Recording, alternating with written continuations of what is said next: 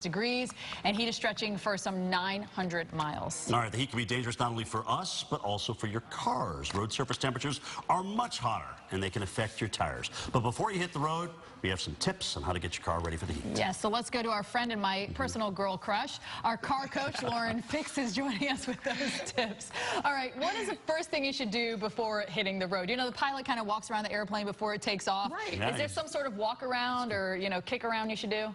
Well, I wouldn't kick the tire, you'll probably break a toe, but there are 4 C's of getting ready. Number 1 is the tires, you're right. It's the only thing that touches the road, whether you're driving a little teeny Mini Cooper or a big gigantic truck.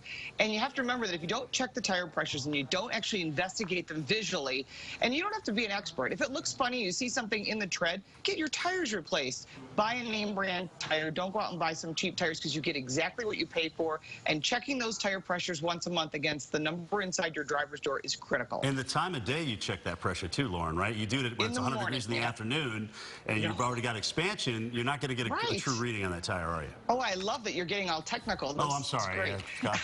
This is awesome. No, because you have coefficient of expansion is really what that's about. It has to do with heat and frictional heat against the road surface. You check your tires in the morning when they're cold. And then under the hood, people don't really know. They're afraid. They're like, wow, I don't know. But there's a lot of impurities in gasoline that are natural. So I always tell people, buy an additive and pour it into your gas tank, especially with these high temperatures. Tacron makes this complete fuel system cleaner. You just pour it in the tank, you fill up the gas, and the nice thing about it is it actually takes out those deposits. And if you ever get a chance to look inside an engine and see the deposits that build up, you will be totally surprised. It's like doing a juice cleanse. Yeah, I was gonna say, it's like doing a little juice cleanse or colon cleanse, which I'm doing right now, which we'll talk about later. Not appropriate at the moment. Let's talk about the temperature, though, because the road gets so much hotter than the air temperature we're feeling. Is there a certain temperature that the tires can't take, that they'll start to melt or, not function? Well, tires won't melt, but you're definitely going to notice a difference. If you're getting over 100, and that's going to obviously be in the desert areas. You're not going to see that in Denver, where I am, or Buffalo, where I live. You're more likely going to see that in the really, really hot temperatures. You will see a difference. It won't melt the tires, but they're certainly going to get softer. But they're not made of rubber like you think. I mean, you think, oh, it's a rubber plant. There's a lot of petroleum in there.